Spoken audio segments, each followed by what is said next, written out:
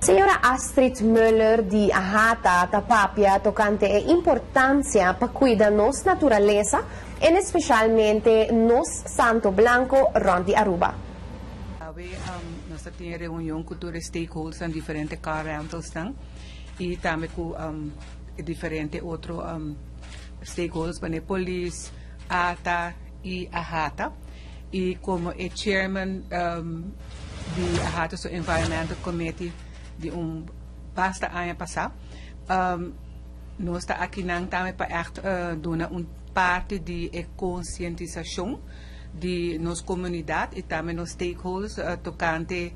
a conservação de nos duinen e também de nos praias, nos beach. E em particular nós estamos papeando com stakeholders, mas também com nossa comunidade em geral, para nos purba de conservar nos duinen em particular. Essa é uma iniciativa que a Ahata so Committee a começar vários anos passados e nós estamos contentes de que nós estamos pick up e parte a trove que é muito importante para nós conservar nos duinen, nós não correr riba e duinen para sobre que é santo e a vegetação que está crescendo riba e duinen está de sumamente importância para a saúde de duinen e a saúde de ambiente de marine shore life. Que men is het algo que nos quer echt poner hopi atenção riba gele e ave nos pedi tur stakeholders en carentes dan para ajuda den aspecto e também nos quer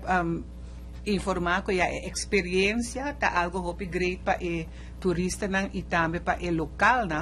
pero não me vai a custo de nosso meio ambiente que nos oferecer outro tipo de experiência que não por como te diz, MACME e nos quer pedir também para a comunidade em geral respeitar e borte não quando vai wak também respeitar que está para riba e informar police of informar Ahata of ATA que bastante wak se tem destruição de nossa vegetação destruição de nos duinen e para conjuntamente nos por junto cuida nos meio ambiente. Também tocante nos beach e ora bota by beach, bota by kubo barbecue, carbon, no timach de by ku charcoal,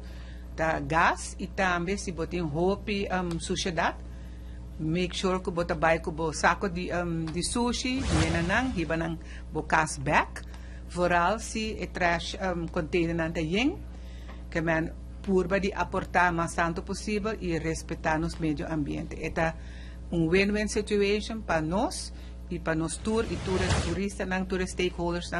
para nós ter meio ambiente que nós podemos conservar, não para nós só, mas para nós junang e para nang junang e para nosso futuro geração.